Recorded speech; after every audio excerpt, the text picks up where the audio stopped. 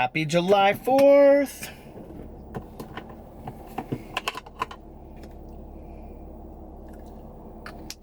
I haven't vlogged at all today, you guys.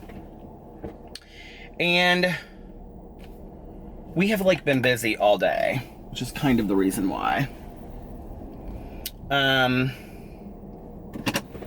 So yeah. I feel like, but anyway, I got up late. Alex went to the pool. And then he came back from the pool because it got really crowded with kids. And then I just did like some bills and stuff. What did we do? Oh, we ran to Meijer and we got new chairs to sit outside, and we got really cool chairs. I actually think they're on the back of my car right now. They're like these chairs that double as a backpack. Have I vlogged anything today? I feel like I vlogged before that, but maybe I didn't. Anyway, I should have taken my vlog camera with me because it was so funny what happened. They were marked they were marked like $19.99 and then 20% off. And we took them up, and when they rang up as $34.99, nothing off. And I was like, oh no, I'm not paying for this. And so the woman was really sweet that worked there, but there was like a line a mile long because it's of course 4th of July up in the grocery store, well, Meijer. And so I felt bad because there was all these people behind us, and she was like, just stay there. Well, I'm at one register, Alex is at the other one because we're running up, 2 different chairs. And so anyway, she's like, just stay right there. So we stayed, and she like ran somebody back. Well, halfway through, it's taking so long that Alex is like, I'm gonna run back there and take a picture of it. So he goes back, and while he's back, she goes, he's standing right in front of it, and it says $34.99, and it's not, something about, and it's 20% off. And I said to her, okay, well, that doesn't make any sense, because if it was $34.99 and it was 20% off, it still wouldn't run up as it wouldn't ring up as $34.99. It would ring up as like, 31 something or 30. And she goes, oh, that's right. She's like, yeah, this is wrong. And she goes, but he said that he was standing right there in front of it. So Alex comes back, and I said, did you take a picture of it? He was like, yeah, it says $19.99, 20% off. He showed her a picture, and she was like, he said that he ran back there. And Alex goes, there was nobody back there when I was there. This guy totally lied about it. So anyway, but she was so sweet, and this other guy that was working in there, he had like this big 4th of July hat on. He was real funny.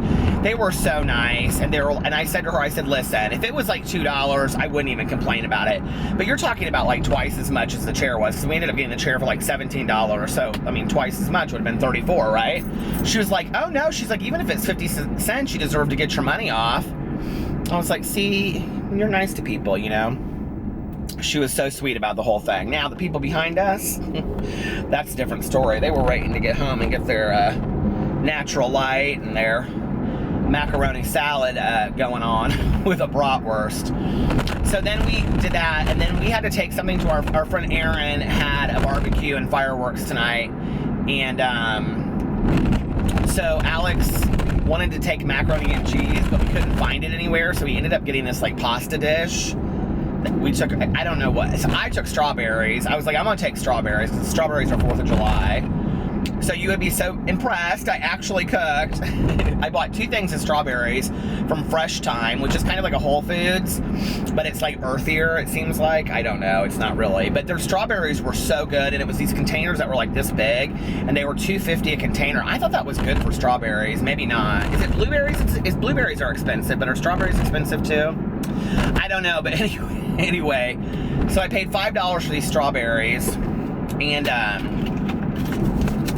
they were absolutely delicious. I actually ate most of them. Nobody else did. I'm going to get a Diet Coke from McDonald's. I wonder if McDonald's is open on 4th of July. You think it is? Should be.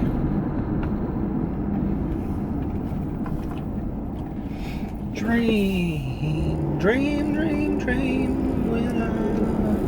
What is gas there? 213? I need to fill my tank. I also have my brights on because my headlight went out, like just tonight. So I'm gonna take it tomorrow and get that replaced because I had listen, I tried to replace my headlight one time and it was misery. I had like the whole front thing out, it was a mess, and I can take it to like someplace and I think that AutoZone, they'll just do it for you for free if you buy like the thing. So the light bulb. Peter, you might want to use the appropriate word, so I'll use the light bulb and dream.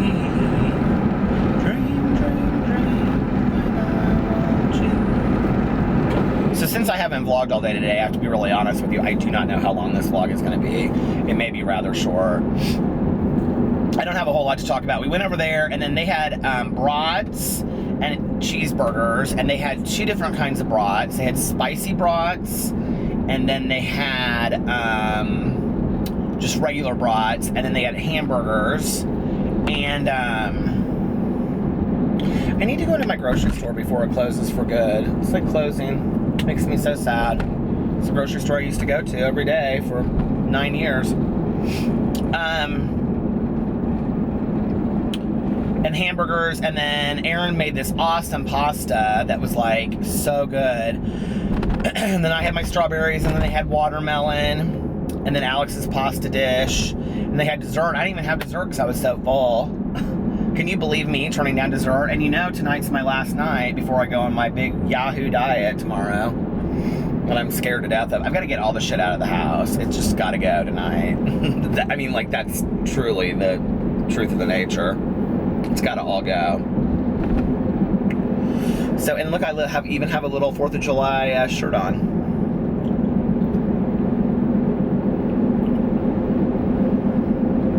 So yeah, it was fun. And then we sat in their driveway. Aaron and Eric just bought a house recently in the school district that Aaron's kids go to, because Eric lived on the south side of Indianapolis. When they got married, they got a house on the north side of Indianapolis, like literally like 5 minutes from us and from Melissa and Jason, because their kids go to that school district because Aaron used to live in that school district. So she wouldn't have to move them out. So her kids were there. And you guys may have seen, some of you may have seen Maddie on my BookTube channel. So Maddie, girl, she's growing into quite the adult. She's 13. She's got a boyfriend. She's wearing makeup. She ain't worried about books anymore. But she asked me, she said, when are we going to make another video? And I said, we can make a video whenever you want, sweetie. She's getting ready to go to camp. She goes to church camp for 2 weeks every summer. And she's just a delightful young lady. I love, you know, like that age, like 12 to 14. They're still like innocent enough, but you know, like, and she's like a good kid too. Not that I think kids are bad, but I think kids get into some stuff they don't need to get into by that age, you know what I mean? I was still pretty innocent. Well, I was drinking at about 12, so I can't say that. But like the sex stuff, no. But there was nobody that would want to do the sex stuff with me. I was looking for a different kind of sex. I didn't even know it. That's the truth of the nature right there. I cannot believe how many comments I got from people on this vlog about me talking about religious freedom and, you know, like being open to people's religiosity and their fear of like, if like the vlog I talked about the other night where I talked about it at length, that like, you know, if you're like a strong Christian or some other faith, like, you know, that does not believe in homosexuality, and there are, you know, sects of SECTS, not SEX, of Christianity that, hold on a second. Thank you for choosing McDonald's. Go ahead with your order. Can I get a large Dr. Pepper? Anything else, sir? Nope, that's it. $9 for his window. There are sects of Christianity in churches that are supportive of gay marriage, you know, and homosexuality.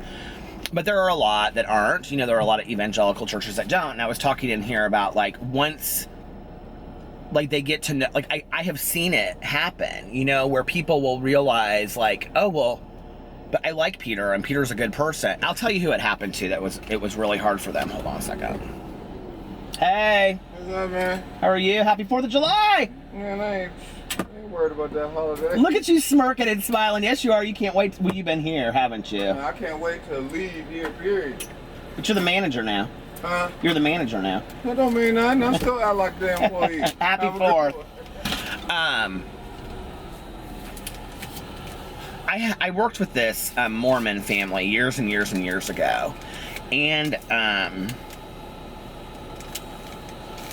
the mom, when the son left, he was in treatment for a really long time. And when the son left, she gave me a Book of Mormon, and she wrote, like, and she did it, like, in a very nice way. She was like, I would just like to give you something that means a lot to me. Read it, don't read it. I just, you know, and she wrote a very nice inscription in it. But she gave it to me at, like, the beginning of the family group, at the last day, and not the end. And she wrote something in there that was very much like, I think that this book would really help you. I'm worried about you on what your path is, or something like that. And so, like, you know, after the meeting and whatever, I knew she was going, and I said, I don't mean to step out of line, but can I ask you, you know, what you meant by all of this? And she said, this girl's so cute. Hey, have a good one. You too. Happy 4th.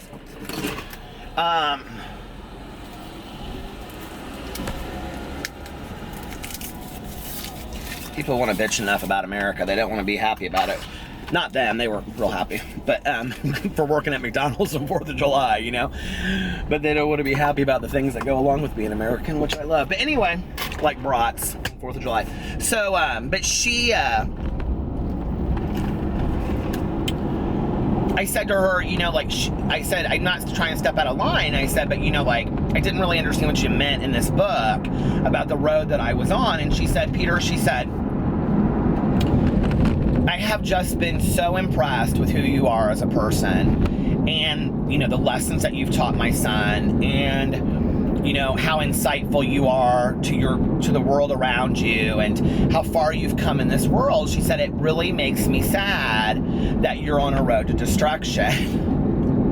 Okay, now I'm sitting there at the time, probably 10 years sober, you know, in my dream career of being a counselor in an inpatient unit, with this family that I've just worked with so well and had just an amazing relationship, and she's telling me that I'm on the road to destruction, right? So I'm like completely clueless. At this point, I started there when I was 23, so I was like 32, 33, and I was like, I hadn't been there 10 years, probably more like 6 or 7 years, probably early 30s, late 20s. And I said, road to destruction. And she said, well, you know, homosexuality. And I said, you know, I know it's really hard for you to grasp. I said, but like, if you could just step outside of it just for a second and see that there are really good people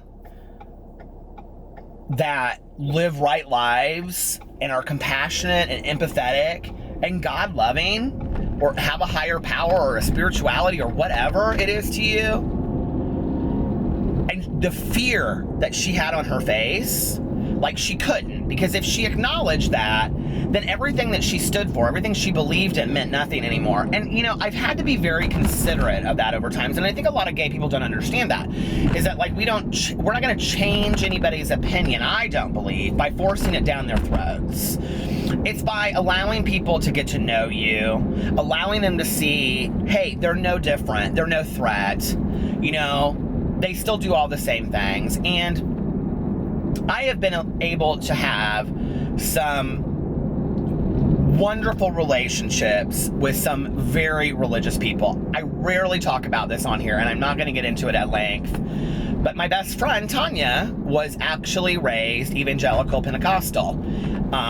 She is not practicing today, but the fact that we have been best friends for 21 years, and there has been no judgment, no condemnation on either side of our friendship. I can only believe that love for each other, she's my heartstone, comes from a place of purity, compassion, love, and to me, I believe that's what of the Spirit is about. So I'm not quick to turn people away for their beliefs, because I wouldn't want people to turn me away from my beliefs. And in the end, we're all just born the same way, and we all just die the same way, you know? And if we ask a little bit more questions and we were a little bit more open-minded to find out about somebody, no matter what their backgrounds are, we were able to talk to one another like human beings. Hey, I don't understand why you have that stance. Can you explain it to me? Oh, well, I was raised that way. Well, explain to me a little bit about your background growing up, you know? And we were open to hearing that experience. And like Atticus Finch says, you know, in To Kill a Mockingbird, walking around in their shoes for a while, maybe we would all be better people. Maybe I would be a better person. I work on that so hard, but I'm not there yet. You know, there's still some people that I'm like, you know?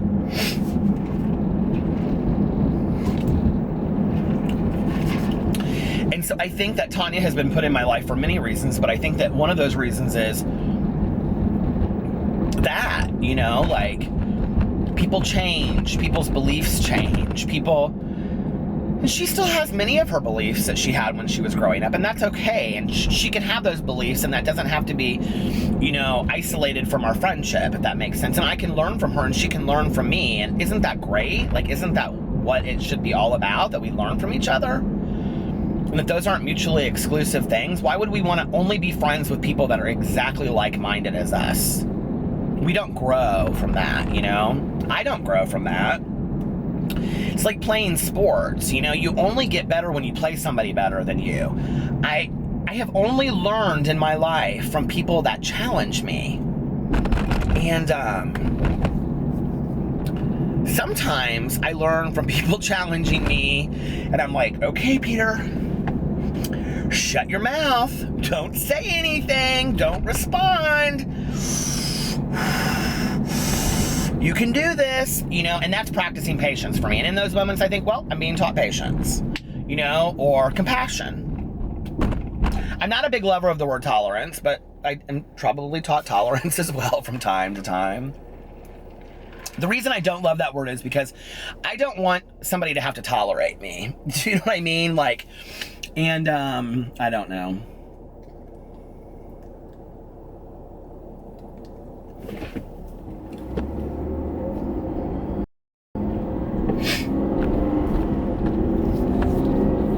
I'm like in my head thinking about the 12-step program that I participate in, and the word tolerance has an important meaning to all of that, and I struggle with that sometimes because I think, like, tolerance means I put up with anything, no matter what, because of the human condition, and that's hard for me sometimes, you know, like, how much is one person supposed to take?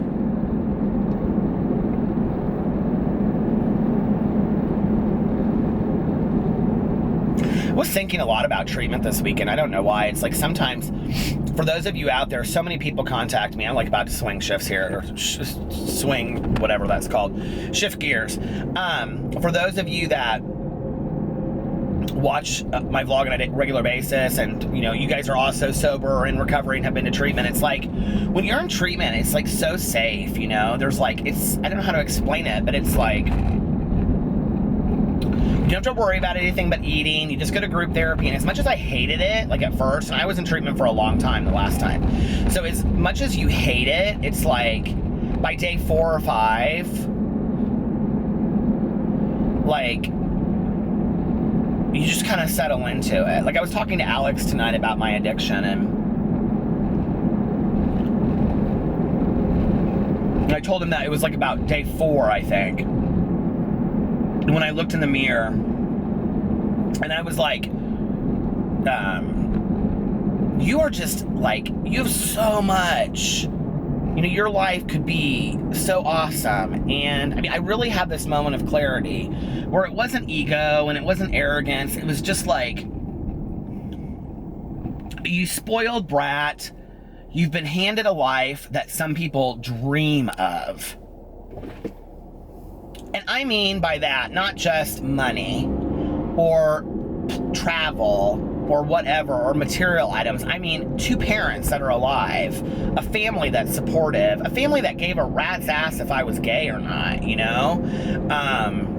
Friends in my life that cared enough to come to treatment and visit me and say, we will never use around you again. Friends that didn't use to begin with that were supportive of me, you know, and education. I mean, I had so many things that I was just throwing away, that I finally had that moment of clarity where I had the drugs and alcohol out of my system enough that I was clear-headed, and I literally remember standing in the mirror looking at myself thinking, this is it. And it was not the feeling of that I had a million times before of I will do this tomorrow.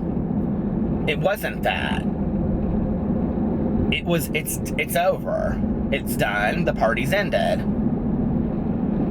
And I vowed on that day that no matter what came up again in my life, death, wedding, sorrow, tragedy, temptation, no matter what came up again, that I was not going to let something stand between me and my sobriety.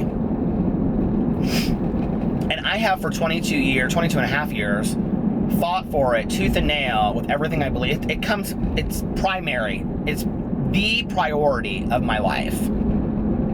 It comes number one above everything else. Because the reality is if I'm not sober, I don't have the rest of it. And so I have to put it first. But like I kind of missed treatment this weekend. I don't know. I was thinking about it. I'm listening to this book called The Gilded Razor by Sam Lansky. It is too much. I mean, this kid's sexual promiscuity for a 15-year-old, just kill a beast. It's so depressing. But, and sleeping with like 50-year-old men. But it's a really great memoir. If you're into like really desperate memoirs. I'm also reading The Last Days of Emerson Elementary School, which is for about grade 4. I was just sitting down on the front page reading that, or front porch reading that. So cute. It's like the last year and the school's being torn down at the end of the year, and this last 5th grade class is like writing all these poems to save the school. It's like adorable. I literally am at the point where I can read anything. I'm like ravaging TV shows and books. I was telling Alex that. But anyway, okay, real quick. I was listening to my audiobook, and then like I just started thinking so much about treatment. And like I think a lot of times what happens with people is that early sobriety is like really enticing, especially if you have the freedom enough to not have to work at first or go to school. Like a lot of people that I know that are in halfway houses, or they have to get a job, but maybe it's just not like a huge job, you know? And so they like, basically what you do is you go to a meeting every day, you have sober friends all around you, and you know, you live in an environment that's safe for you, whether it's like with your family or like a sober living environment. And that's really all you think about. Treatment's very similar to that. It's all you think about, you know, it's just sober. And, you know, reading basic texts of 12-step programs and going to meetings and meeting people that are sober. And you know, and people want to say it's brainwashing, and maybe it is, and maybe my brain needed some washing, like we say. And, you know, but there's a feeling of it that I never got that from church. Okay. I never got that spiritual enlightenment. Like I never internalized it when I would go to church. But I would see and I went to a very liberal church growing up. I went to a Lutheran church, and it was very liberal. So, but I never internalized any kind of spiritual belief. Like I got it. I was, you know, taught about things, but like, and my parents were very open with me about reading about Eastern religions. My mother and my father both were very interested in Eastern religions as well, like Buddhism and Hinduism. So I knew a lot about that growing up, and I knew of like of the soul and of the spirit and things like that, but like I never internalized it. But those early days of sobriety to me, like leaving a meeting, like I felt like what it must feel like to people when they leave church. Like I can remember my mom saying that, like I would say to her sometimes like you love going to church so much on Sundays. And she's like, I do. She was like, but I think it's not just the sermon. It's not just being there. It's like such a wonderful way to start my week. And one of the things that my mother loved the most about church was the hymns. She loved to sing in church. And one of the reasons that she never, like she joined choir years ago, but then she wasn't part of it like the last 20 years of her life, was because she liked to be part of the congregation singing in the church. She felt like it was powerful. It felt powerful to be part of that. She loved that feeling, you know? And she loved the hymns, and my mother had, you know, all of her favorite hymns picked out for her funeral before she passed away. I think like 300. We would have been standing there all day long listening to hymns had it been up to my mother. But how far am I on this? I've been talking forever. You guys are always like, I love your long car vlogs. I get in here, I just don't even know what I want to talk about. Somebody gave me the biggest compliment tonight. I don't know who you are. I know it was a guy.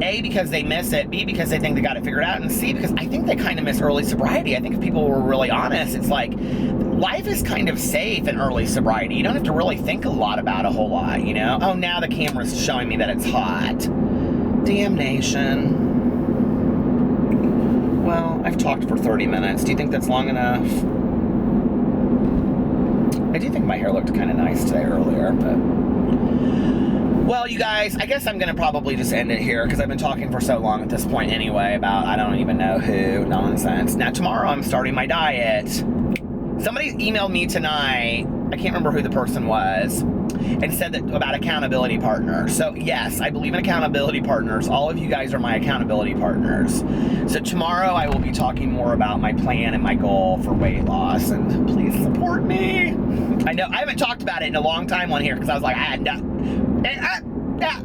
will eat my double cheeseburger. I don't want to hear about it. So, but I'm going to get back on this, I swear, starting tomorrow. First things first, coffee. Second things first, clean out my pantry and get rid of all that shit. We don't really have that much bad stuff in there anyway, so. The third things first, get a really good night's sleep tonight. All right, I love you guys. I hope you had an amazing 4th of July. I hope if you aren't from the United States, I hope you had an amazing Tuesday. And I will see you tomorrow. I love you. Bye.